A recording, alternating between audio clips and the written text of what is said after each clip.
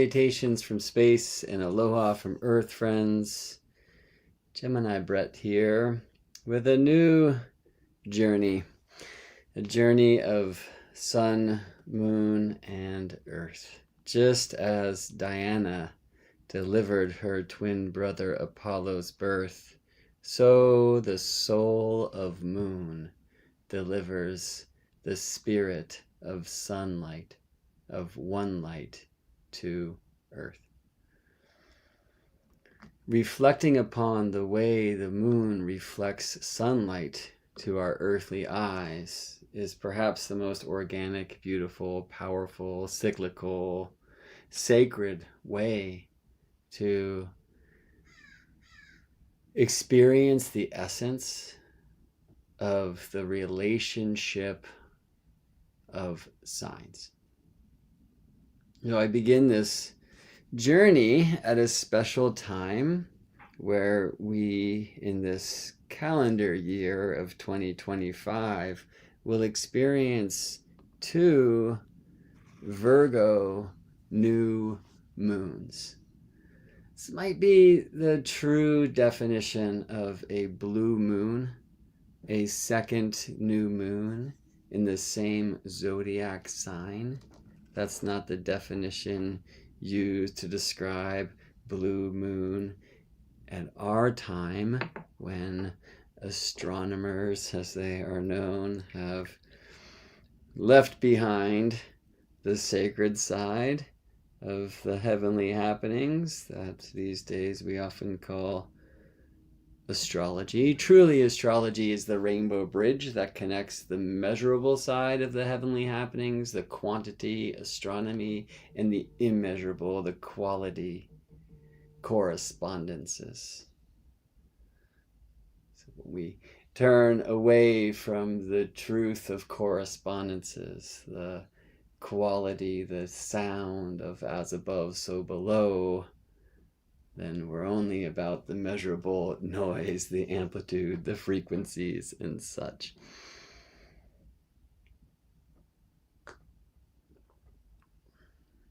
The definition typically used these days to describe a blue moon is the third moon, the third new moon of a season that has 4. Typically, there are 3 new moons per season, defining the seasons as these days we do the time between an equinox and the following solstice, or the time between a solstice and a following equinox. From a tropical astrologer's point of view, the time between the sun's ingress from one cardinal sign to the next.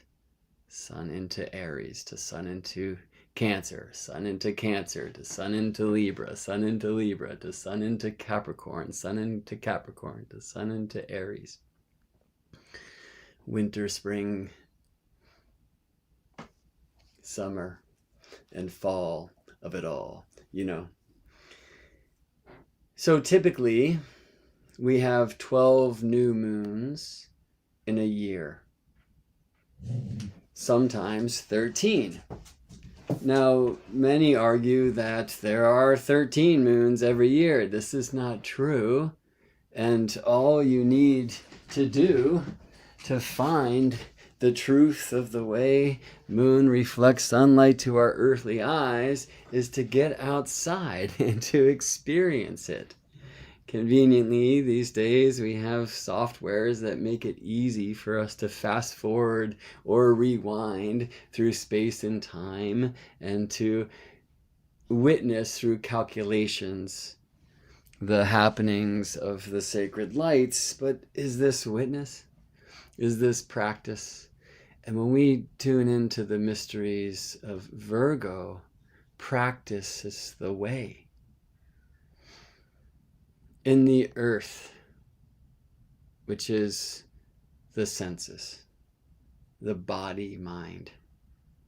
So I encourage you, as we follow moon's reflection of sunlight to earthly eyes throughout the months to come, I encourage you to have this experience, if clouds allow, and even if they do not.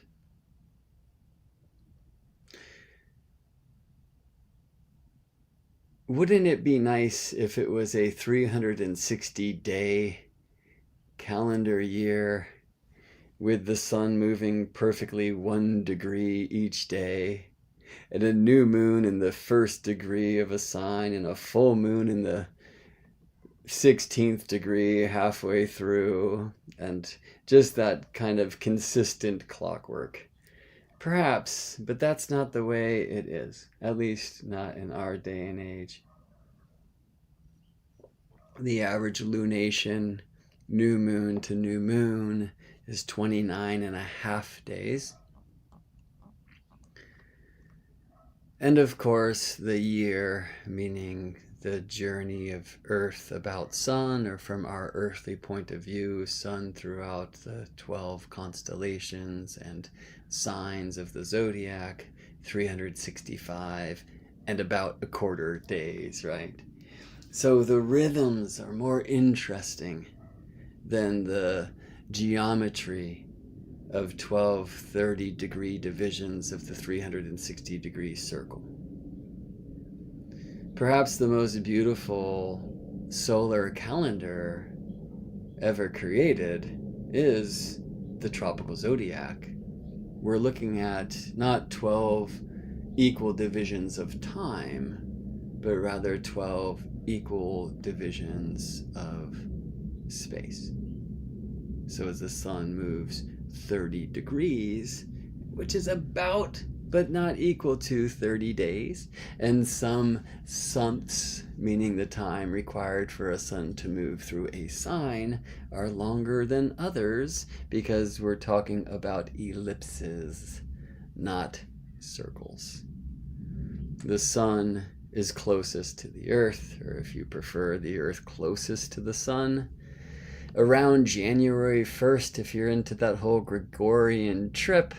And therefore, with these two, sun, spirit, earth, matter, close to one another, the motions are faster, earth orbiting more quickly about the sun than in other times of the year. So from the earth experience, the sun moving more quickly through the degrees of the zodiac wheel. We typically teach the sun moves about 1 degree per day, and it's true. Right? 360 degrees of a zodiacal travel during the 365 and about a quarter day year. So about 1 degree per year. But when the sun is in tropical Sagittarius, Capricorn, Aquarius, like this time, because Earth is closest to the sun and traveling most quickly, then the sun is moving at its fastest clip, which is more than 1 degree per day, slightly more, about 1 degree and 1 arc minute per day. And when then the sun is furthest from Earth, when the Earth is furthest from the sun, which happens if you're into the Gregorian trip around July 4th each year, then the Earth is moving more slowly in our orbit. And so from our earthly experience, the sun is moving more slowly through the zodiacal degrees, down to even less than 58 arc minutes per day. So it's about 1 degree per day, but this isn't always true. And one of the results of this elliptical dance is that there are signs of the zodiac where it is more likely for us to experience 2 consecutive new moons in the same sign. So again, because typically there are 12 new moons per year, and therefore 3 new moons per season, when we have a 13th,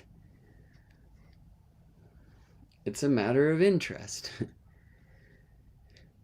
And oddly, the way that blue moon is defined by the astronomers of our day, it's not the 4th new moon of the season that has 4 instead of 3. It's the 3rd. And I feel that if astronomy still honored the signs, the 12 equal divisions of space directionally aligned. Like so many sacred systems of ancient wisdom traditions, the tropical zodiac is directionally aligned, and I would suggest her signs are directionally defined. If modern astronomy still honored this ancient division of the sun's path of the ecliptic plane into 12 equal slices aligned to Earth's pole, to the world tree, then I imagine they too would define the moon that is blue by the second new moon in the same sign. I suggest that this is a better astrological definition of blue moon, and if this is a definition we choose to use, then a blue moon comes soon, and it's a blue moon actually that will be a solar eclipse for in this year, this calendar year of 2025. If you're into that whole Julian Gregorian trip, the second tropical Virgo new moon will be a solar eclipse. All right, how often do we have 13 new moons in a year? And the answer is about every third year. So some will tell you that 12 divisions of the year into months has nothing to do with the moon, and that there are actually 13 moon cycles per year. The moon does get about the Earth, or get about our zodiac 13, in fact more than 13 times per year. So if you're interested in tropical months, the moon from Aries, Taurus, Gemini, back to Aries again, then indeed there are about 13.37 or 13 and a third of these per month. But most of us, when we look to moon cycles, are actually looking to the cycles of sun, moon, and earth, right? The phases of the moon, the way that we experience moon reflecting sunlight to our earthly eyes. And there are about 12 and a third lunations, new moon to new moon cycles per year. And so again, conveniently at our time, we can use many astrology softwares. It's actually the easiest tool to track the truth of these interesting polyrhythms. Mathematics will do the trick.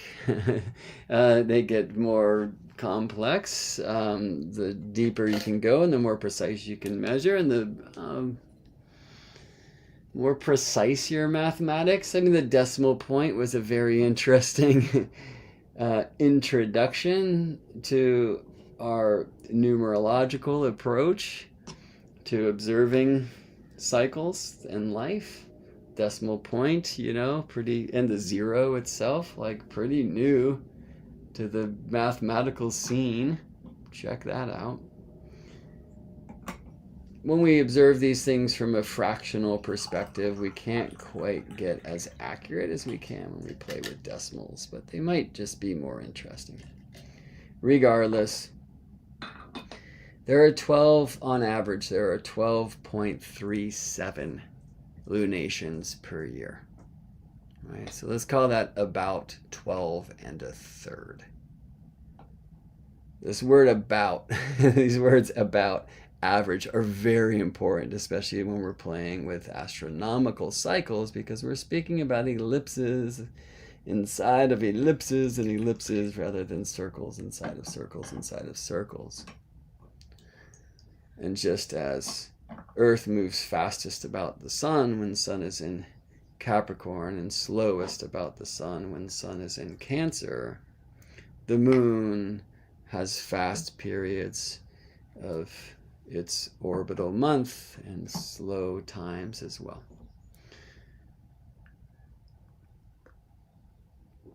The workings of these cycles of sun, moon, and earth, of spirit, soul, and matter, of circle, crescent, and cross, are amazing and very rhythmic.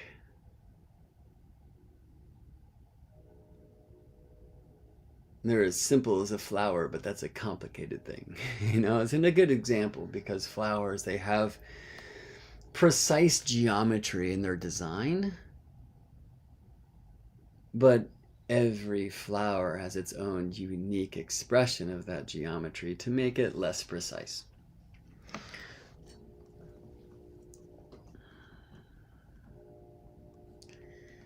So if you want to create a calendar where your months, your divisions of the year are actually aligned to the phases of the moon, let's call those months,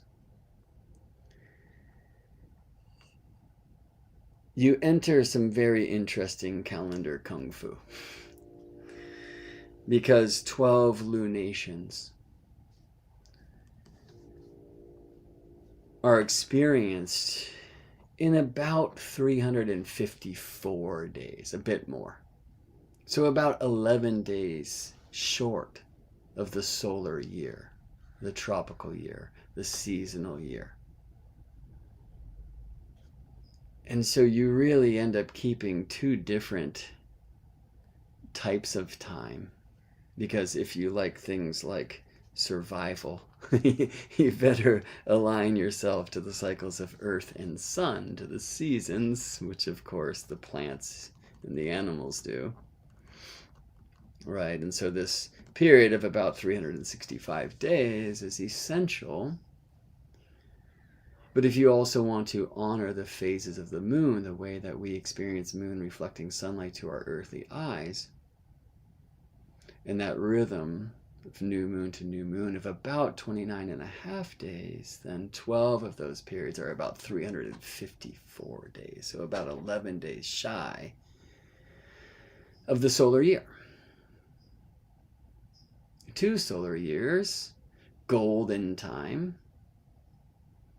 are about 22 days more than 2 silver years, or 24 months.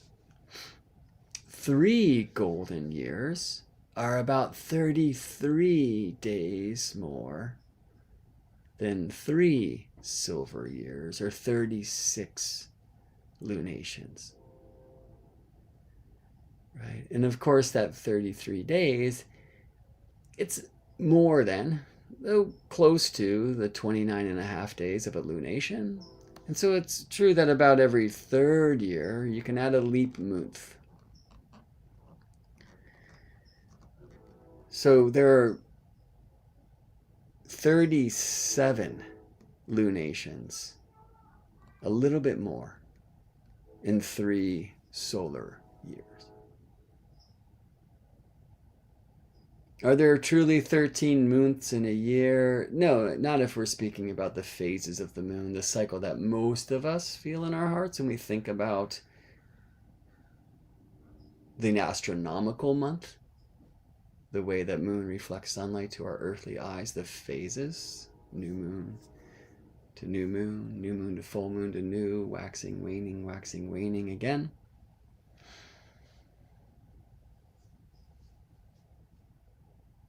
And so the rhythms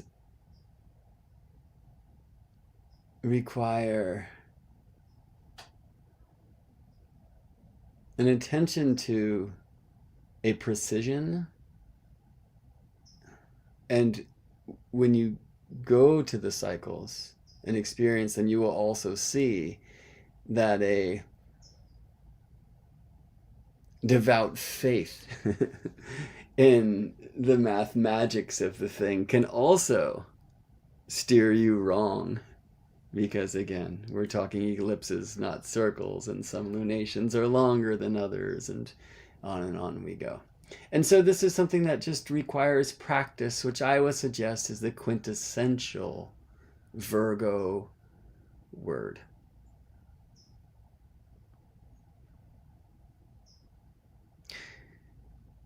There are years with 13 new moons. If you're into that whole Julian Gregorian calendar trip, then 2025 is one of these. There are years with 13 full moons. There are never, ever, well, let's never say never. In our lifetimes, we will never experience a solar year with both 13 new and 13 full moons, because there are about 12 1/3 lunations per year. You can have years of 12 new moons and 12 full moons. You can have years of 12 new moons and 13 full moons. You can have years of 13 new moons and 12 full moons. So 12 and 12, 12 and 13, 13 and 12, but never 13 and 13. And it's an important thing to know, because you will so often be taught by the ignorant that there are 13 lunations per year, and therefore a 13 sign zodiac, and therefore the patriarchy destroyed the indigenous 13 moon traditions by introducing this solar 12, and on yoga. I'm sure you've seen these things by the new cage teachers who themselves clearly have not come to the sky to experience the cycles of light.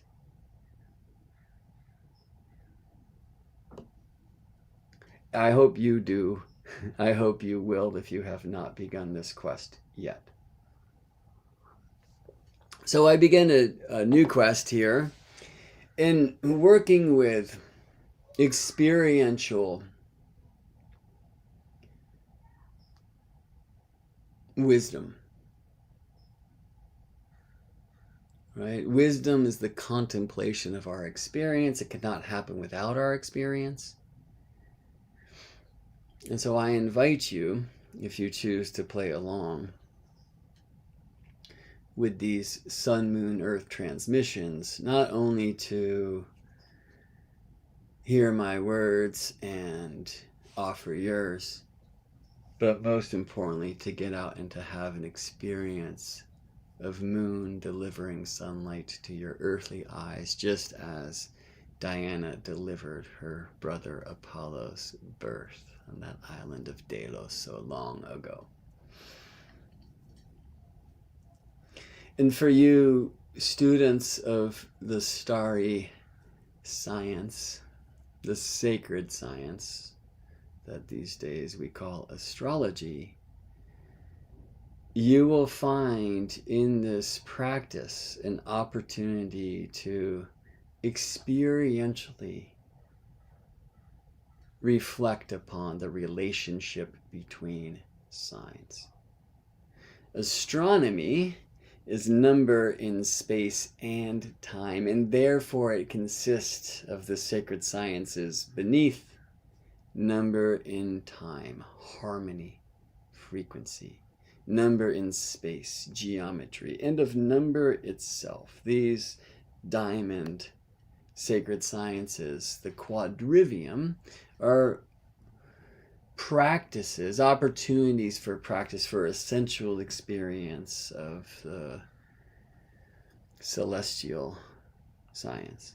So that this isn't something that will get trapped in the mind alone, in this dome of the heavens where Zeus throws the thunderbolts, but can come down into our sensual experience, the body, mind, and what's between the mind and the body, but the heart.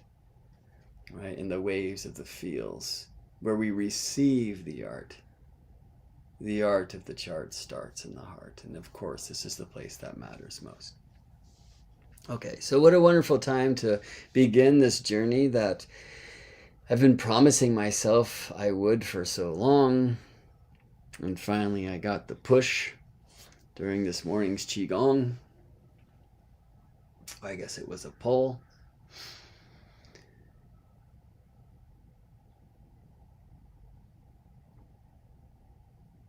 About every 2.3 days or so, I intend to offer a new video to reflect upon the way the moon is reflecting sunlight to our earthly eyes. Why 2.3?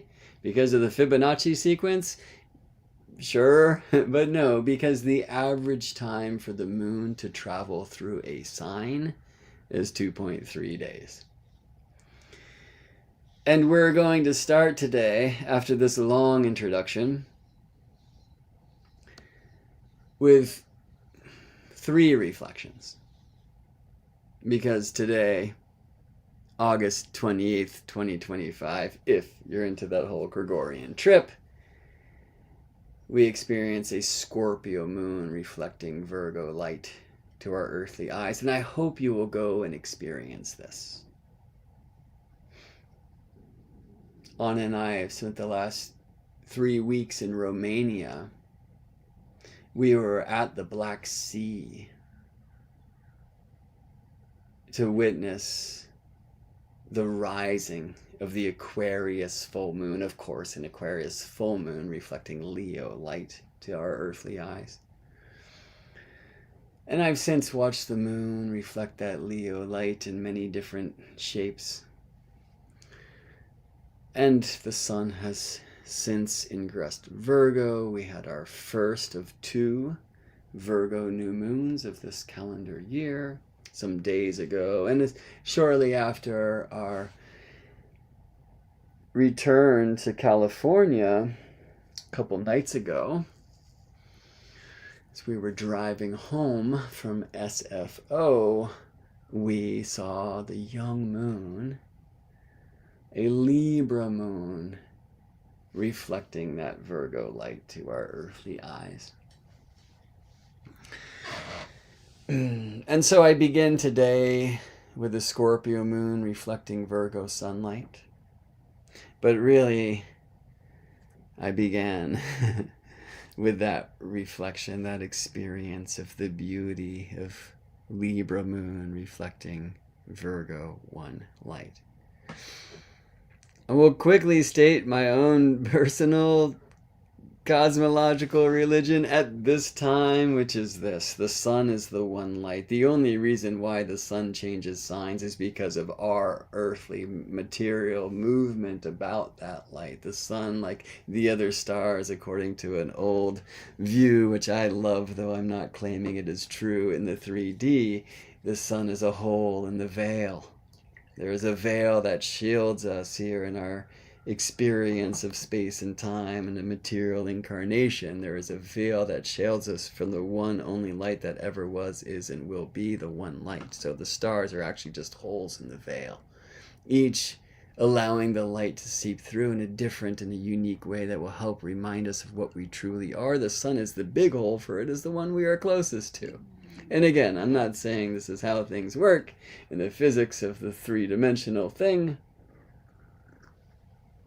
but I do love this view when it comes to contemplating the mysteries of sun, moon, and earth. Well, if sunlight is one light, right? The sun, the only one of the planets, I know sun is a star, but of course, planets comes from the Greek planetus, which means wandering star, because the sun, like moon, Mercury, Venus, Mars, Jupiter, and Saturn, is seen wandering through the fixed star groups, the constellations, and the signs. Wait a second, the sun is not seen doing this. You will go blind trying to find which stars the sun is currently traveling with. And this, of course, is why the original zodiacs were all lunar, because we can actually see the moon traveling through the stars. Tonight, clouds allowing, I will see the moon journeying to the constellational group I call scales. So I was trained by my first teacher, Daniel Jamaro, to use words like scales, scorpion, archer to describe constellations, and words like Libra, Scorpio, Sagittarius to describe signs for constellations and signs, both beautiful, powerful, experiential, are different things. And that is a tale for another time.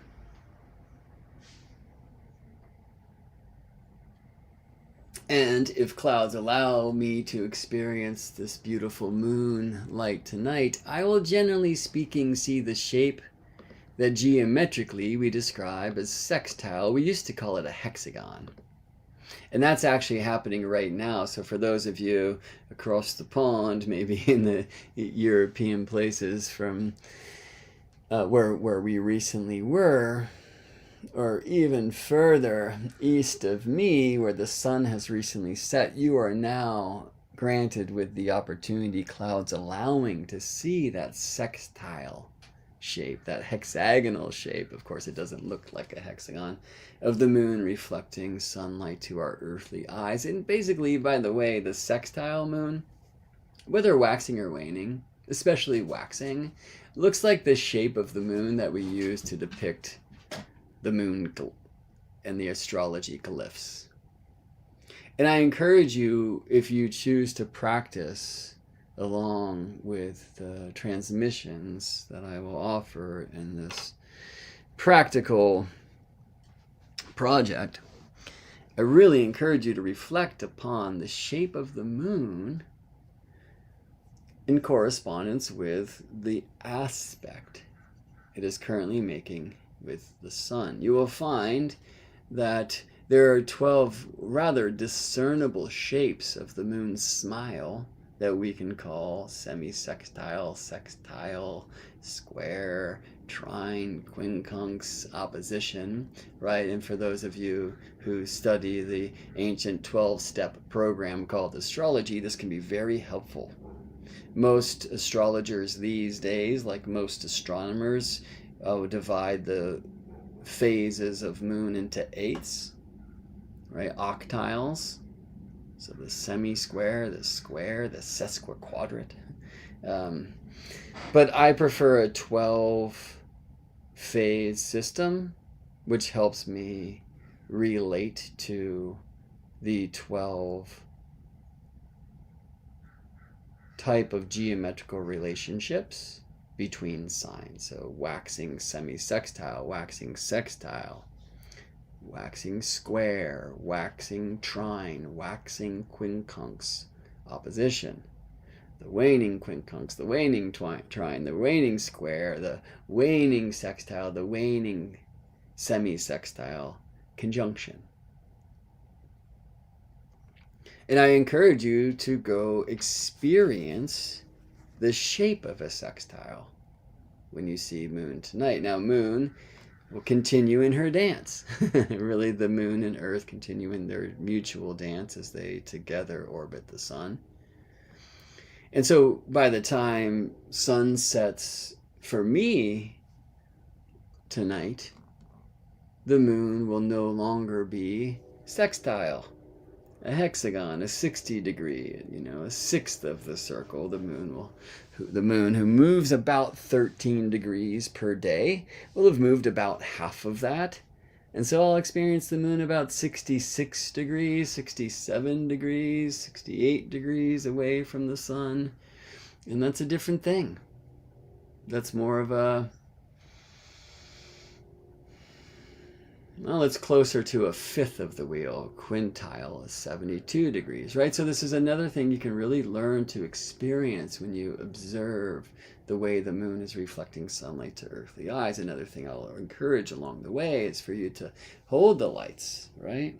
So as the sun is setting, I can see this waxing sextile-ish moon. And I can feel what 60 degrees is in my body. This helps me bring these energies into the body-mind. So it's not just some contemplative thing that can get trapped in the dome here of the brain space alone. The mind is a beautiful thing. It's something we shouldn't waste. But let's make sure that we integrate it with the body-mind through our astrological practice, through our experience. And Virgo requires this. Okay, so in our game, I will be dancing with different keywords for the 12 mystery schools of the astrological signs, like the Virgo mysteries, the Libra mysteries, the Scorpio mysteries, etc. So I can see the chat stream here for the many of you who've serendipitously joined me live. Thank you. If anyone wants to offer keywords for the Virgo mysteries, I'm all ears, and I would love to share wisdom words from our community, from our constellations that we've aligned here. What does Virgo mean to you? Could you offer one word expressions, keyword expressions for the Virgo mysteries. Shell here, Coro, says in Perth, Australia, she just saw the moon 45 minutes ago, which so you, Shell, sorry if I'm pronouncing your name wrong, I see Shell Coro, really experienced that sextile shape of Scorpio moon reflecting Virgo light to our earthly eyes. So while I'm waiting for your Virgo keywords, and I see one has come in, I'll wait for more. Please offer them forward, and I will offer mine as well. I'll get back to the cosmology that I'm currently playing with in my own celestial religion, which is that the sun is spirit. It is the one thing that ever was, is, and will be. I'm not saying the sun is the only one. There are an infinite amount of stars, but the sun is the one that we are closest to. It is the center of our solar system. Is it a soul or a system? Yes. And so I know sun, the only one of these celestial lights that we would go blind trying to see the stars it is currently journeying with. I know sun is great mystery as one light, as the expression of the one for us to experience here on earth, that reminder of the one only light that we truly are. But that's very boring. The all and the everything is inherently nothing until it reflects upon itself. And when it does, a soul is born. A soul being not some division of the one only thing that ever was, is, and will be. That is impossible, for it is indivisible. A soul, rather, instead, being a unique but total reflection of the one only thing. Just as when you reflect upon yourself, when you take a good look at yourself, who are you looking at and who's doing the looking? The one thing became two, or kind of not two, when it reflected upon itself. And it does this infinitely in an infinite amount of times, and did this, and you became. You, a soul reflecting sunlight in a unique way that will never repeat. Just as the moon will never reflect the sunlight to Earth in the same way twice, you have a unique fingerprint, a unique DNA, and the like. So I know the sun is the circle of spirit, the one only thing that ever was, is, and will be. I know moon is the crescent of soul, the unique reflection of that one thing. And I know earth as time and space, the cross of matter, which allows us to grow. Spirit is everything, and therefore it cannot change, and yet it will never stop doing so. For the beauty, the magic, the miracle of soul, the one thing reflected in a unique way, to incarnate here in matter, where the opportunity of the appearance of time and space offers us to make moves, to change, to grow. And as you grow, the all grows. That's the game. But the game can be played in many ways and by many players. So who are you? And one of the ways we might attempt to answer that question astrologically is to perhaps start with your big three: the sun, the moon, the earth. The sun, the moon, the rising sign, which of course is this place in the east where the heavens marry the earth, where the heavens rise because the earth is falling, just as we descend into matter to lift the heavens up. And so again, I digress, but perhaps it's important for me to now express that my greatest keyword personally for the Virgo mysteries is the sacred. And if there was a soundtrack that I could magically cue up right now, and one that I would encourage you to entertain and experience along this way, check out the beautiful song called The Sacred by the amazing band called Yaima. Let me find a link online for Yaima, The Sacred, so you can later, if you'd like, go tune into that music. It's reminding me that because I started playing some flute, I turned off like and other things here, which I've just done. I wonder how that's changed your experience of my voice. Okay. Oh. Great. Here is a link that I will put into the comments for those of you who are experiencing this live. But more importantly, let me just type Yaima, which is Yaima, the sacred. I hope you go take a listen.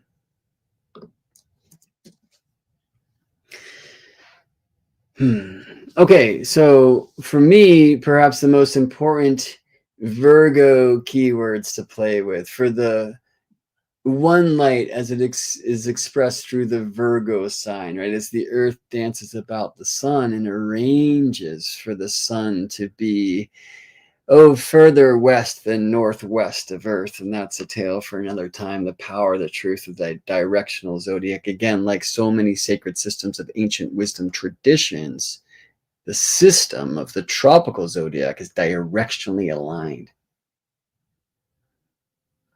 0 Cancer is the place where Earth's North Pole forever leans. It is north. 0 Libra is the point that is due west of the center of the Earth where we all connect. 15 Tropical Leo, this is all tropical. 15 Tropical Leo is northwest. And so Virgo is somewhere between northwest and west. All right. So sacred systems, sacred practices, sacred systems, right? Which, I'm an engineer degree, like that's a very practical and an important word to that kind of mental scene. But it's also systems, of course, like protocols, spiritual protocols of devotion, which might be something that we could say through a word called discipline. So Veronica Sage, thank you for offering that word here as a keyword for the Virgo mysteries. Discipline. We have to be careful with that word, right? It can bring forth like shivering nightmares of things we were told to do or are failing to do, or who knows, right? And maybe service, which was a word that Henrique offered up here, can also do something like this. Perfectionism, a word that was offered by Brandy, I mean, even more so, right? Is anything perfect? But that doesn't mean we shouldn't try.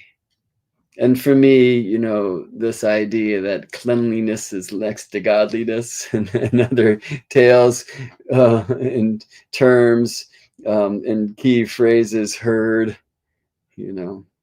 from the nuns and the like. Maybe dance to the Virgo mysteries. We must be careful, and I really appreciate that because I began my study at the Shamanic Astrology Mystery School with Daniel Gemario and Kaylin Castell, I was able to kind of initially tune into new old stories to describe the 12 steps of this ancient system. It seems in some ways that much of the goddess has been removed from the essence of these archetypes, and it's our opportunity to bring her back online and to be in this practice of sacred marriage of Hieros Gaimos. And I don't mean to make this all about gender or something like this, but when we even honor Virgo as the Virgin, which is interesting, that word doesn't come in when I ask for Virgo keywords, right? With the community who serendipitously is here live, we hear things like in service of soul, practical, helpful, detailed oriented. Thank you, Shauna and Sue, for those. Simplicity. Thank you, Miriam, for this, Did anyone say virgin? No, because of course you and I were told that means chaste, celibate, untouched. And I do think that our opportunity to reconnect to the Virgo mysteries does encourage our reclamation of our virginity. And in some regards, that might be a statement of our sexuality. It depends upon where we are. But I'm not speaking only about sexual expression or experience. When I say virginity, virgin, we learn once meant unmarried and had nothing to do with celibacy or chastity. I mean, there were, virgin goddesses of our myths like Pallas Athene, who perhaps was indeed chaste and the like, but other virgin goddesses would not in any way be described as virgins, to use the parlance of our time. Simply meaning unmarried, strong unto ourselves. And we understand when we tune into the ways of the ancients, and in not too distant times, that one of the great practices and roles of the temple virgins was what we would describe as sacred sexuality. So what happened there, right? And I don't mean to offend any particular tradition or approach, but it's odd that in some ways that the habit of the nun came with a chastity belt for those who are devoting themselves to spirit in that tradition and are not allowed to participate in sensuality or sensual touch.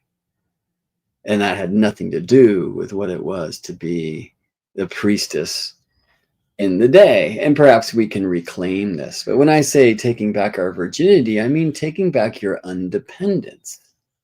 If you, like I, were taught that astrology is just utter chaotic, superstitious nonsense for the ignorant in your school, is something that you're going to need to reclaim your virginity if you want to participate with the sacred sciences.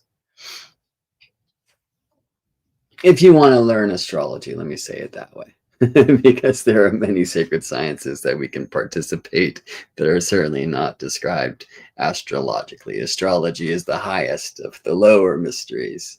But there are mysteries like geometry, or perhaps you'd prefer me to say sacred geometry, right? That you can tune into deeply and just completely unfold through that sacred practice without ever, turning your eyes to the lights or the idea of astrology.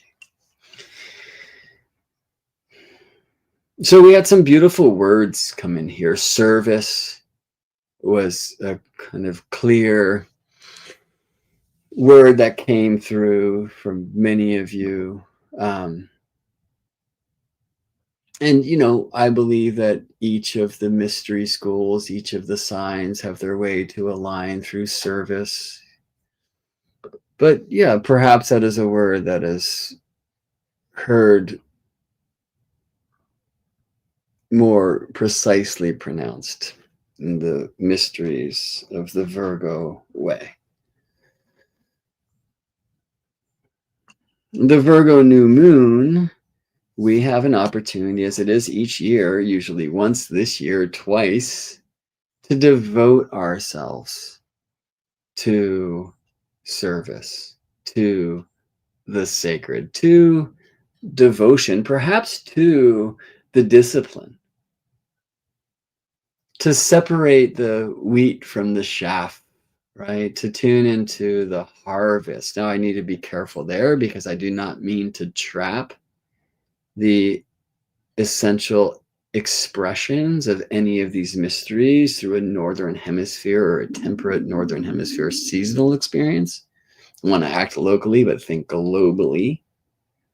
What's globally true is that Virgo is west-northwest of the center of Earth, where we all connect, right? But this idea of the priestess with the shaft of wheat, you know, there's an old tale that speaks of the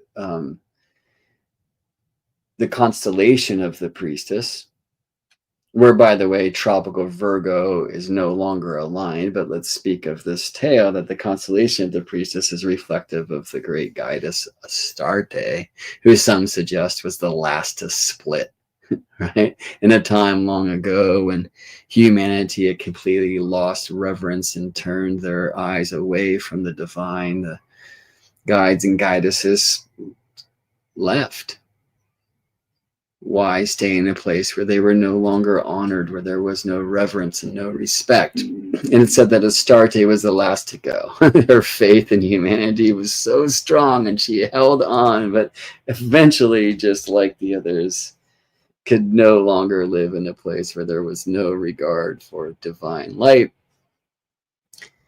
And so she too departed from humanity, but stays close. So it is said that she is the one closest to us, keeping a watchful eye and just waiting, praying for and waiting for that time when we get realigned, and she'll be the first to return. And there's something in the Virgo mysteries that lives there. You know, I'm seeing deer in my mind's eye now, the deer who, for those of us city folk, reminds us of the woods, of our true natural way. I'm seeing centaur now, right? This encouragement for us to retrieve the grounded, weighted nature of our animal body, to stay grounded and hooved and connected into the soil and the earth, right? I'm seeing now the gardens in the dirt and the fingernails of those who are choosing to plant and to harvest, to honor the cycle from seed to sprout to flower to fruit, to the seeds inside the fruit that get planted for the thing to repeat, that could experience the phases of the moon in such a way that brings us through the months, that helps us align to the light of the year. Why did the broccoli taste bad last night? Well, I live in the northern hemisphere and the sun's in Virgo, you know? Why do the tales tell us that Corvus the crow would never be seen when the figs are ripe on the tree? Well, this is all an astronomical thing.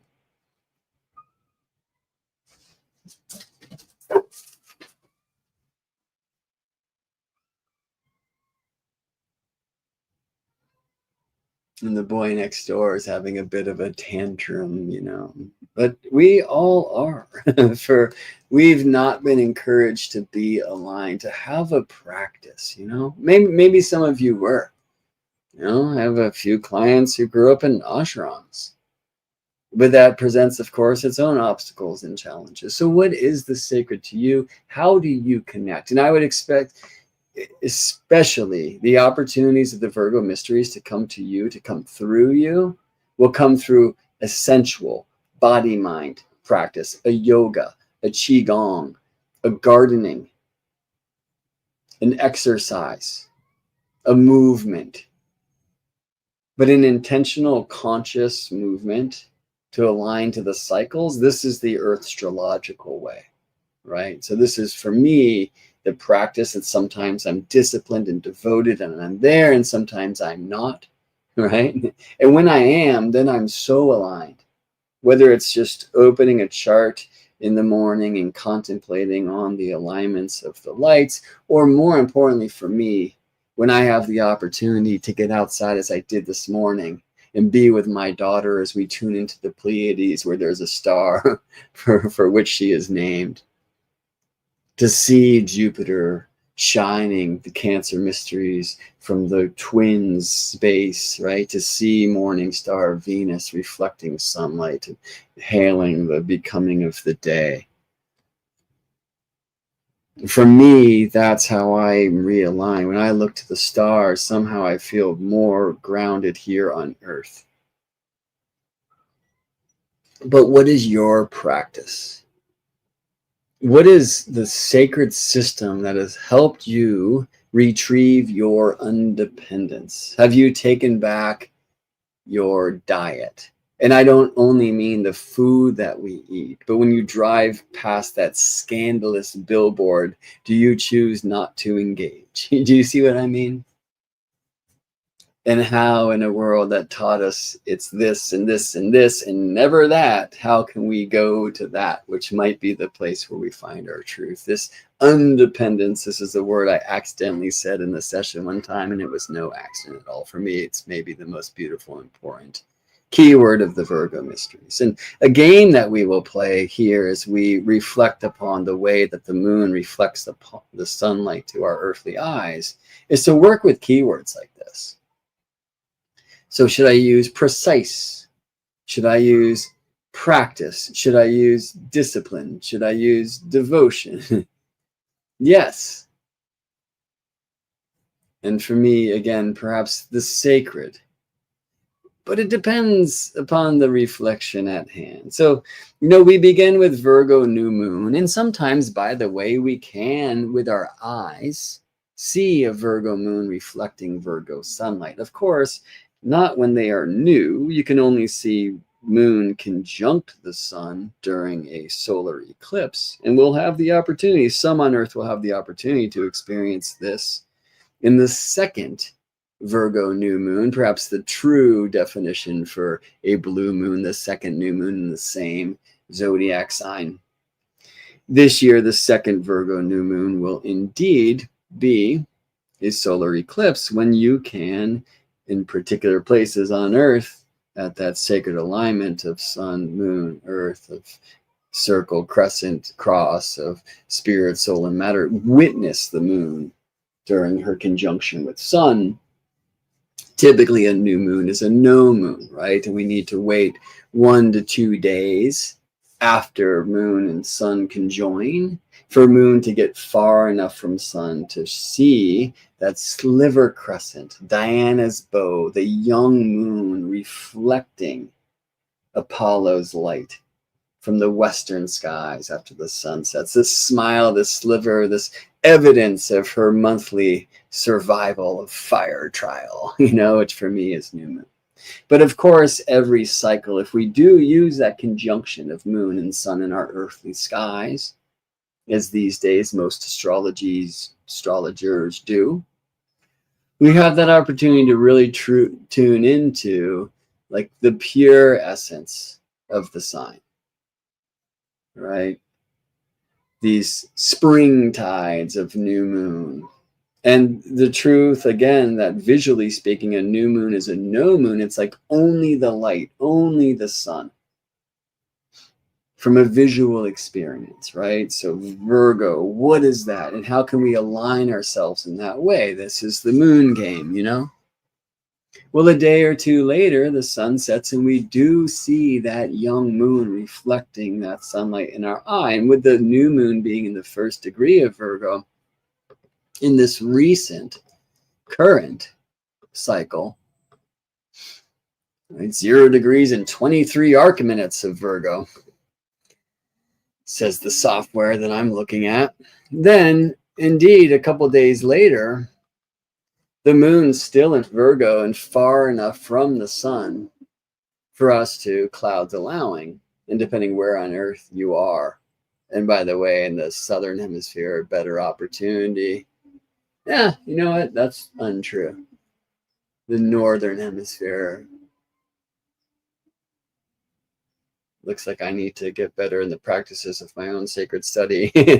No, the way that Virgo sets in the northern hemisphere sky is what we call crooked, whereas in the southern hemisphere sky, Virgo sets straight. So southern hemisphere natives had a greater opportunity to experience visually the Virgo moon reflecting Virgo sunlight to our earthly eyes in this cycle. The northern hemisphere folks did. Anyway, I saw the next day the Libra moon reflecting Virgo light. I will ask you now, those of you serendipitously here on this journey with me, to offer some Libra keywords into the mix. Because my wish is that we can reflect upon the way that Libra reflects Virgo light to our earthly eyes. So Virgo, precision is a good term with discernment, personine, that's fun. So maybe discernment. Or even discrimination. You know, that's a word maybe we should take back because now it's been used only to describe ill behavior, but really discrimination is like the discernment of the mind. Virgo, of course, said to be a mercurial sign. The Gemini might, in its airy way, be more aligned to kind of brain mind, and Virgo in its earthly nature more of the body mind, you know? Discrimination will keep you from getting hit by the bus or walking off the edge of the cliff, you know? But that's only if you know the bus is coming or you know the cliff is there. What brings your awareness to this? It's not the mind, but the body, right? And I would say discernment might be more of a down and end, more of a body, mind, or even a heart expression. All right. So Libra word, our first has come in, balance. Thank you, Ellie Rose, for that. Horizons, interesting word. Thank you for an astronomical expression. Connections. In this other space, I see folks like Shannon and Rachel here, whom I know express Libra in beautiful ways. Would you like to express some Libra keywords? You are invited. All of you are. If you're watching this at a time that I currently perceive to be the future, please leave a comment. When you do, maybe because we won't see this in real time, you can use complete sentences like Virgo keywords for me are this, this, and this, or Libra keywords for me are this, this, and this. Henrique offers alliance as a Libra word. Hi, Shannon. Hi back. Harmony as a Libra word. Ooh, love that. So balance, harmony. Are those the same? Connections, alliance. Are those the same? And in their similarities and in their differences, can they help us tune into different similarities of the beautiful mysteries called Libra?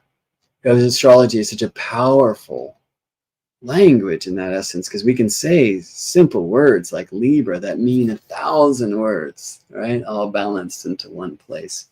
One of my happiest things about witnessing that Aquarius full moon rising in the Black Sea some weeks ago, as I was previously describing, is that I really got to see on the horizon the beautiful harmony of the Libra glyph. I'm going to do this in a pretty lame way, which is just to hold my iPhone up to the screen so you can see this photo that I took. Maybe the one before would be better, right? And I would see this more in the sun in some ways, you know. But that image of half the circle on the flat horizon, can you see the Libra glyph here? Of course, we know the Libra glyph also represents scales. Spending time in Bucharest recently was interesting because we were in these old, beautiful buildings, you know, and so many beautiful statues of Hermes, who was my guide. And often on the other side, Dike or maybe Themis with the scales, or sometimes Hermes paired with Demeter. Beehives showed up often. Anyway, you know, the way that the divinity expressed in the beautiful form, there's something of Libra reflecting Virgo light, even in that experience for me. Or you know how it is, you can see the moon rising in the sea, and it's just the most beautiful thing ever. There's something in my heart, of that beauty of the stars, that perhaps is the quintessential expression of Libra reflecting Virgo light.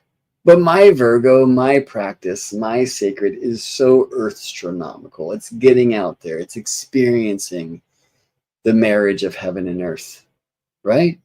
And so therefore, how am I going to receive the harmony of the sacred? Or the connection, the conversation, the alliance. I love this word. It's one that hasn't yet tickled my ears in contemplation of the Libra mystery. So thanks to Clau Henrique for this, right? The alliance of the sacred system, right? So what's your sacred system? You know, if you're an engineer designing the beautiful biomimicry of microscopic dimples in a pane of glass so that the water, like the nodes of a leaf, will wash the dirt away, right? Then when you create that design and the manufacturers make that glass, and indeed the rains come and you see this work, you see that mimicking the sacred geometry of the nodes of a leaf offered now to glass on a building's wall. Sadly, might take window washers out of the game, because nature gets to wash that window just like nature washes the leaf, thanks to those dimples, those nodes, sometimes microscopic they are, right? If that's your practice, if that's your devotion, if that design, which is kind of an interesting Libra word and maybe also a Virgo word, design, you feel me? Then what is the way that you're going to experience harmony, balance, beauty, connection? So the way that Libra reflects Virgo light depends on how you Virgo. Do you see what I mean? This is a very personal thing. And it's why we must be cautious when suggesting keywords that apply to everyone. Yeah?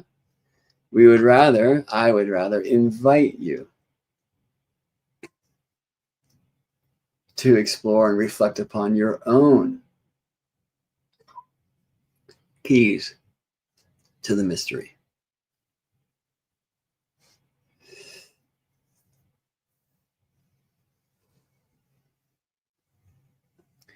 Discerning says, light says, Virgo rising and born with a Libra full moon.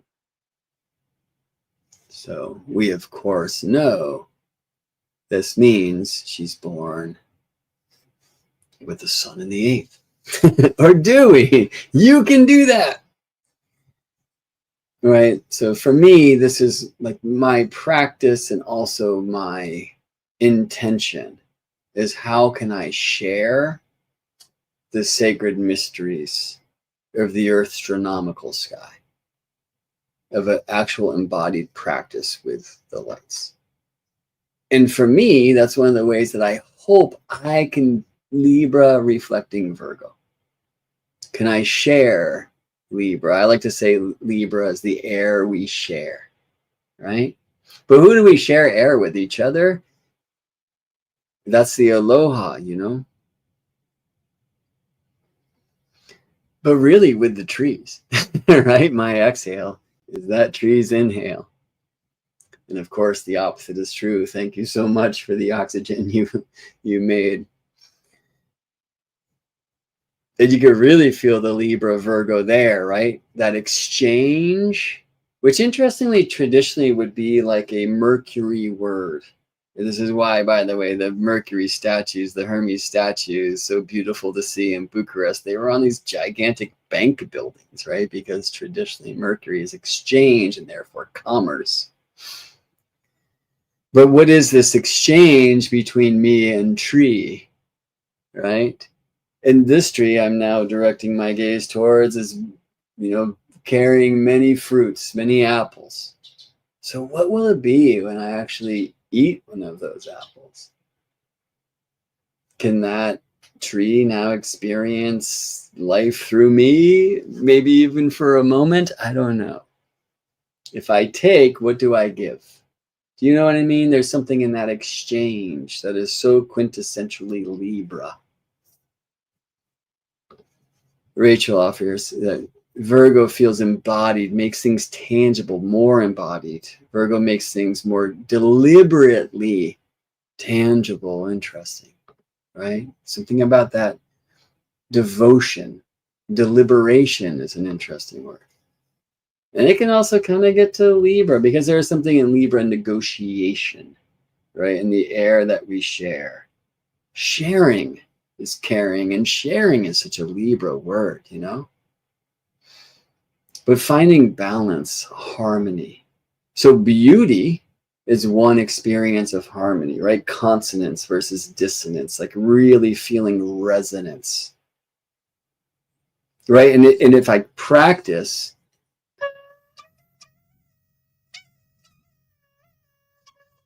Virgo, then maybe the Libra will come through, the beauty, and maybe the flute will bring you towards it instead of encourage you to run away because the pitches are squeaky and squawks or whatever that might be. Do you see what I'm saying? There's something about the way that these signs, neighboring signs, which traditionally we say cannot see one another, are inconjunct.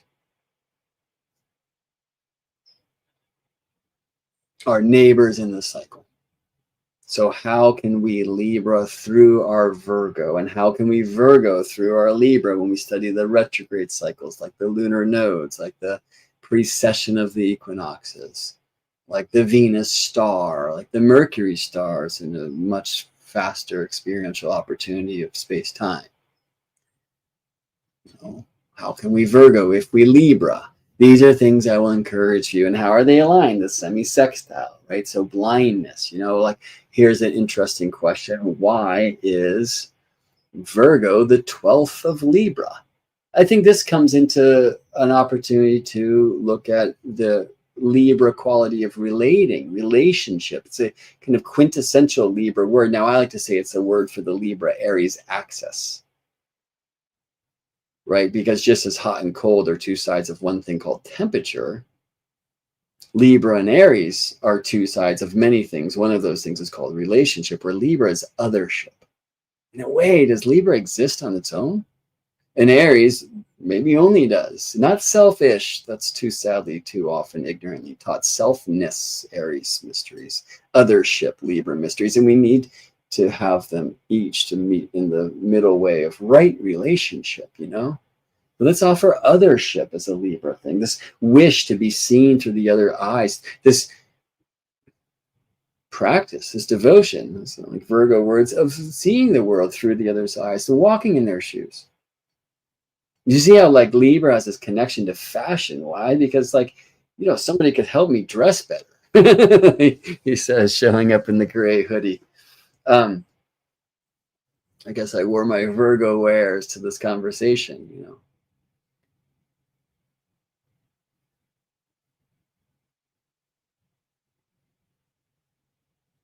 Hanine offers in very beautiful astronomical or astronomical truth here, and only in the tropical zodiac, that Libra and Virgo are contra antitia. Just as Virgo rises north of east and sets north of west, Libra rises slightly south of east and sets south of west. Libra rises just as south of east as Virgo rises north of east.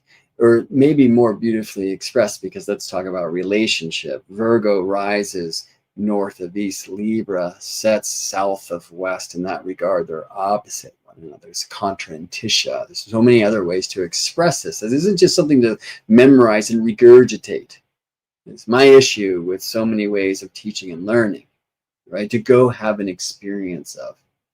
And antitia or anti-skia, skia being Greek for shadow, and contra antitia, like these are great, powerful experiential, astronomical, astronomical opportunities that help us value the glory of the tropical zodiac. So thank you, Anid, for offering that forward. So, Libra helps me be at peace.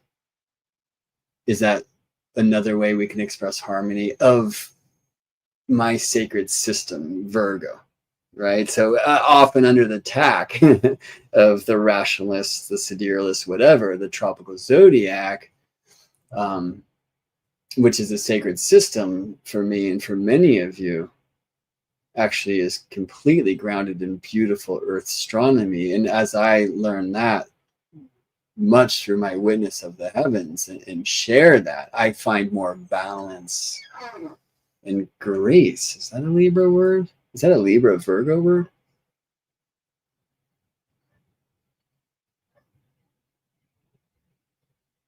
Resonance,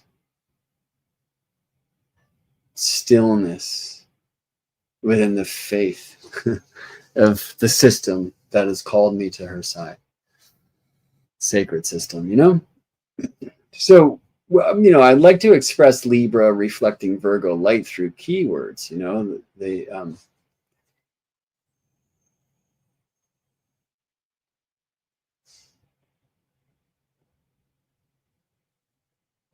it's like the harmony you find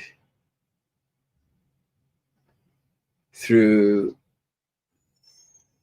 devotion.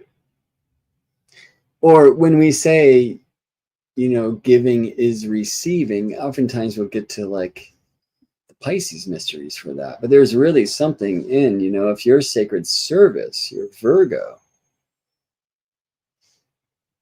let's say that you're called to, well, here's like a very clear one. Go clean up the trash around the riverbanks. Now, it's hard to stay balanced in doing that in some regards because you're just experiencing all the litter of these people who don't care. But as you clean that up, you get to clean your experience of that up. In the end, there's this clear riverbank without and within. Do you see what I mean? I gotta say, it's like, for me, it's like, and I really appreciate the opportunity to sit together here and to explore together here, which I feel we're doing, though I'm the only one on the screen. And I'm probably also speaking to some of you who are with this stream at a time that it's ended in its live expression, at a time that I currently perceive to be the future. We're all together in this. We're all connected, But yeah, I haven't yet found my way to this, I guess, example of Libra reflecting Virgo. We do this practice, and then beauty, harmony, balance is the necessary result. And I don't mean necessary like that's why you do the practice or the service. It's just that when you devote yourself to the service, it will bring a harmony and a balance. It might not be the one that you expect.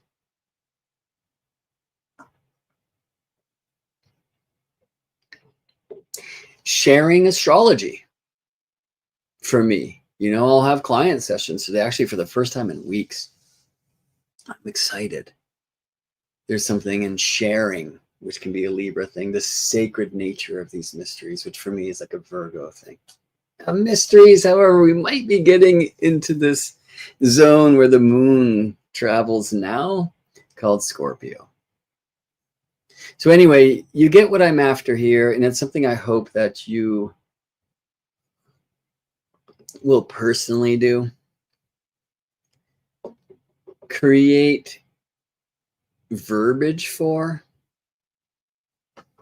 moon in a particular sign reflecting another sign's light to help you contemplate, experience, and express the relationship of signs.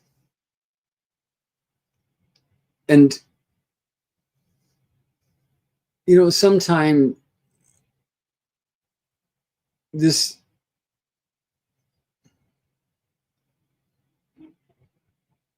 treasure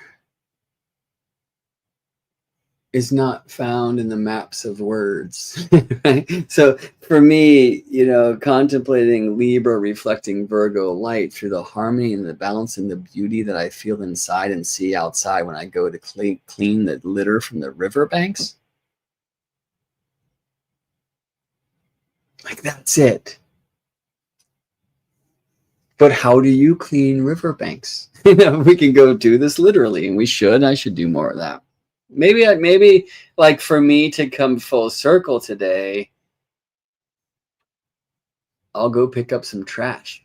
It's not hard to find.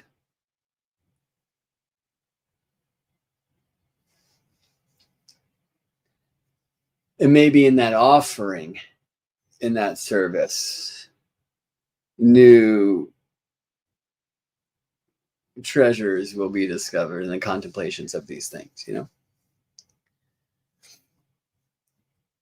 But anyway, I encourage you in reflecting upon one sign reflecting another to not sleep on the opportunity. Moon delivers every month. The moon will reflect the light of the sun from different signs as she changes shape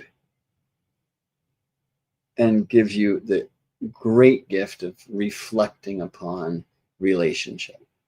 And of course, every year, the sun will move through every sign. And during those times, the moon will reflect that sunlight from each of the 12 as well.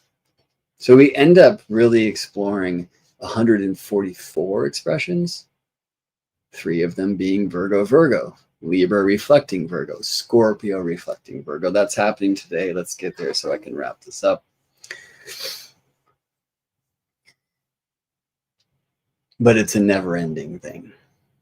How about some Scorpio words, friends? What do you have?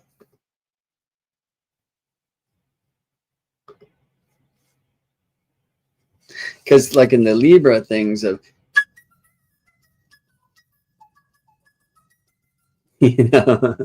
how's Scorpio going to play that stuff? A little more brooding, right? A little less light, a little dark. Discerning light offers deep, intense as Scorpio words.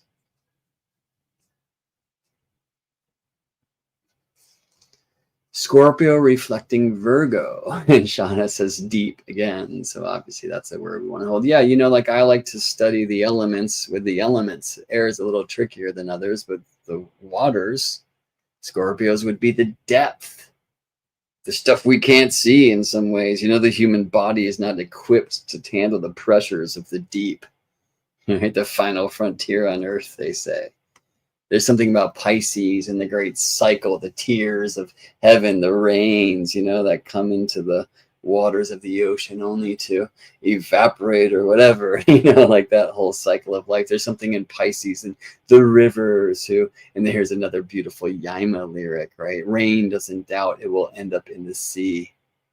Doesn't seem to worry about its destiny. There's something about Pisces that's like the waters that connect us all as they do. There's something in Cancer of like the way that water is used to quench the thirst, to feed the plant,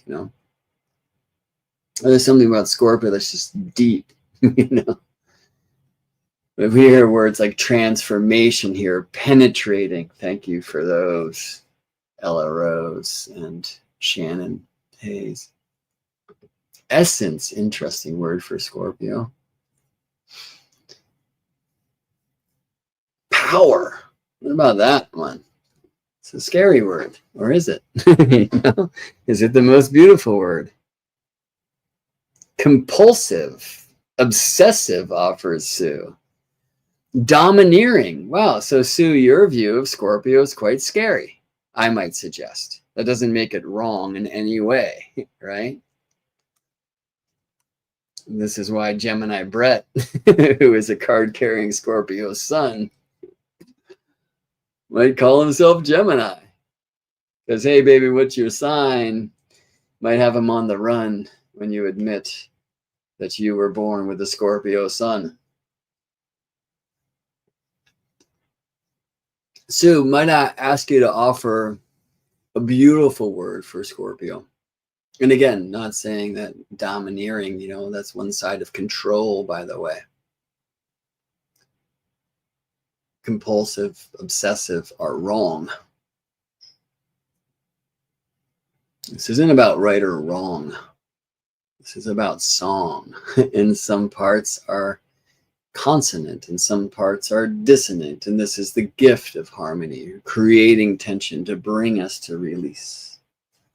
So discerning light, passionate here. Gut was a word that was just offered forth. That's interesting.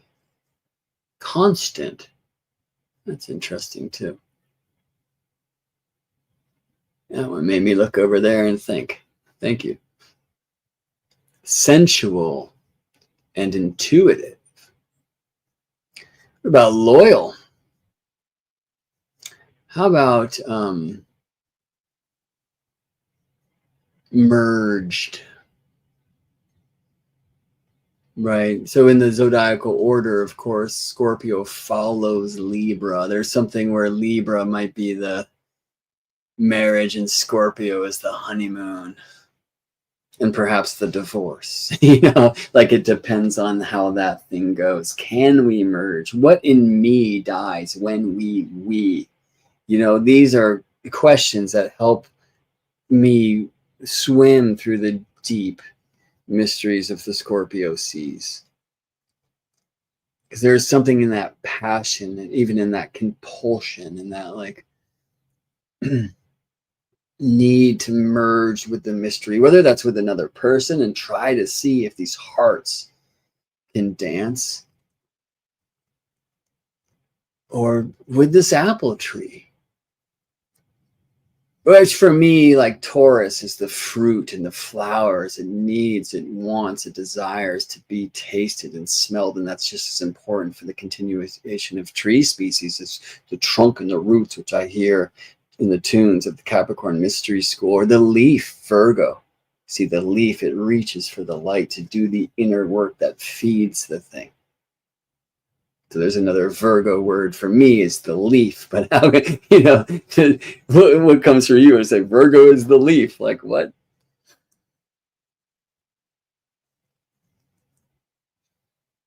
But if I go pick that apple, and this is something I will do as soon as I wrap this up, and just eat it and let this juices pour forth and like merge with it.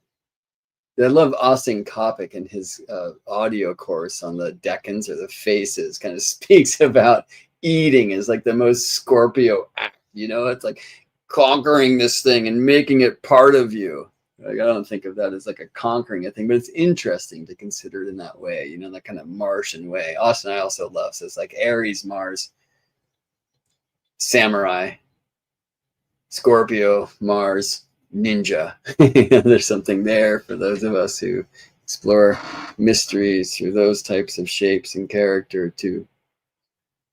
Well, like, what is the power of the sacred? This might, for me, be the way that Scorpio reflecting Virgo light can most easily come through, right? And there is something really in this combination or this relationship of a Scorpio moon reflecting Virgo light into our earthly hearts. That power of the sacred. Ellie Rose offers here transmutation, right? That transformative gift of Scorpio. But even that, when we hear that word transmutation, we're reminded of the alchemical practice, the science, the art, the work, right? And there's something in that I would say is quintessentially Scorpio-Virgo, right? So when I have this sacred practice, when I know the 7 sacred steps, when I work to achieve the lesser stone and through greater transmutations, right? The philosopher's stone, there is something so Scorpio, so Virgo in that. Here's a word that hasn't come through yet. What about magic for Scorpio? Sorcery on one side. What is that? It's just like magic, mystery. Do you see what I mean? Aliveness for me, Scorpio. So it's interesting. Nobody said sexuality or sex. Those are words in every astrology book these days. I'm not sure that's how it was back then. Right? These days, it's all Scorpio equals the eighth. It's like that's new. But sex is a venue where it is difficult to hide that passion for life, that things that makes us come alive, even if it's freaky or weird or different or who knows. The way that you walk can be done in that Scorpio way. There's something about aliveness.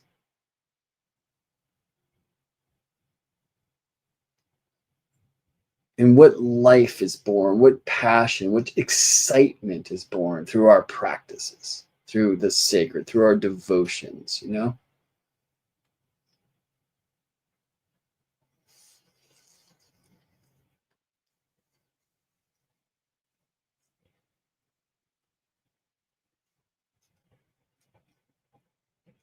So I'm like ignoring this comment, but I just shouldn't. Somebody wrote here, death and taxes.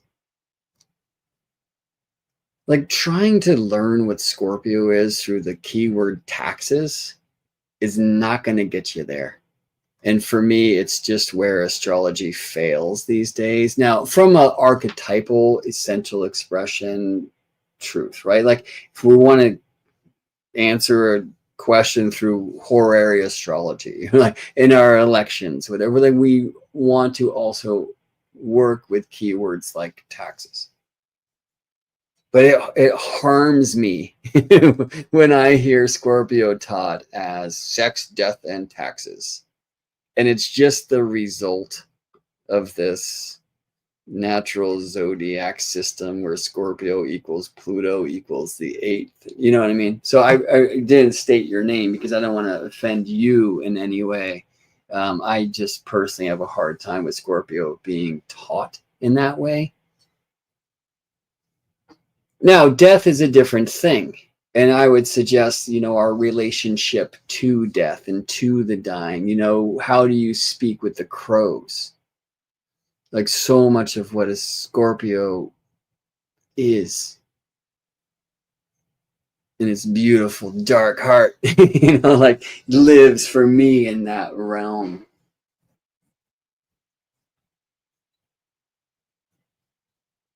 It's nice to see so now I'll say your name, Ella Rose. Say I agree. Like death and taxes doesn't work. I was just contemplating the trio. I'm a Virgo rising and a Scorpio moon. Do you care to share your sun sign, Elle? Or Ellie, I'm not sure how to pronounce your name. Like a fun thing there, right? Virgo rising, Scorpio moon. What does this mean? This means the moon is in the third, the place of the goddess, the place where the moon is said to rejoice, at least from a whole sign point of view, which I can't do more than that without seeing the chart or knowing the time and the date and the place and all those things. But I do know that Scorpio is the third of the Virgo mysteries. Just Libra is the second. So let's rewind. Virgo is the first of Virgo.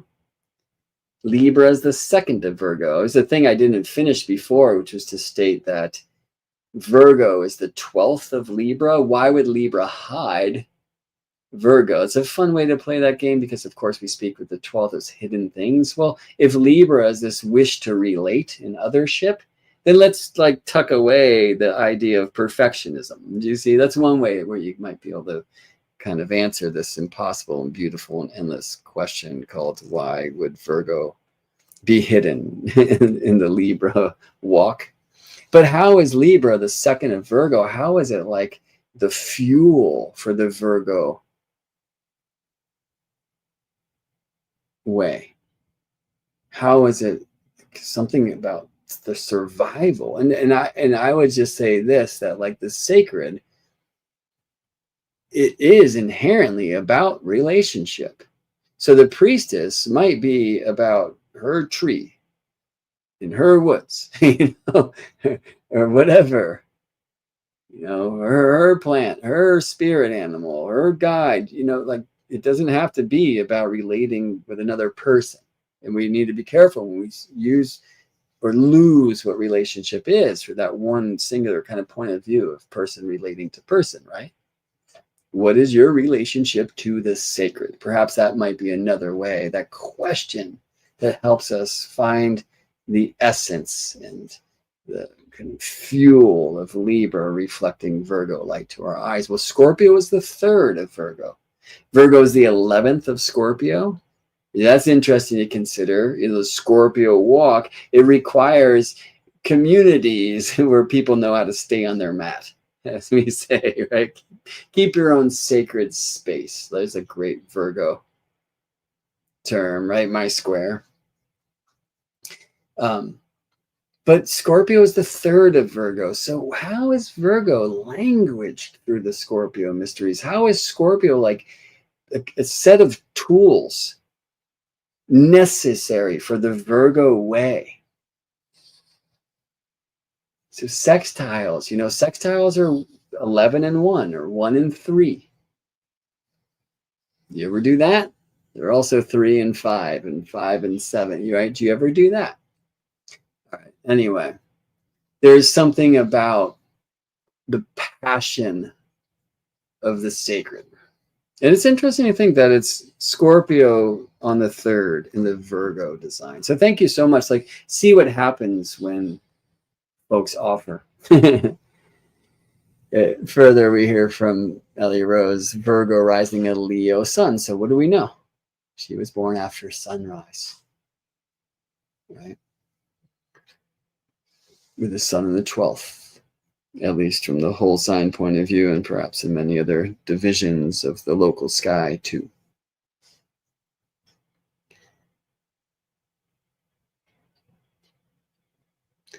J.U. asks, have you analyzed the Libra-Virgo relationship in medical astrology related to mana in heaven in the birth, death, regeneration cycle?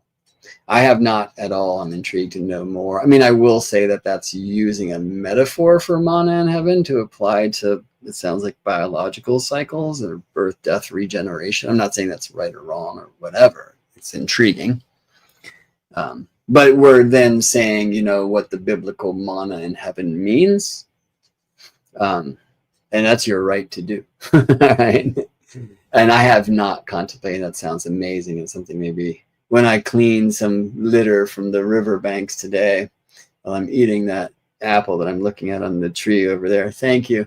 Maybe that wants to be an opportunity of my contemplations.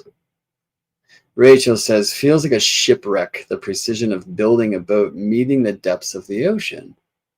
But rather than being a disaster, it's transformed into a legend. Nice. Right. Like, do you need to be precise? Let me say it this way. So flying on the plane home the other day, some serious turbulence, which the 10-year-old Koa loves. Right? The adults in the room less so. Used to love it too. These days, not as much. The plane needs to be built with more precision because we know about the turbulence. And there's actually something in the respect for Scorpio that helps us with Virgo in a more Libra way.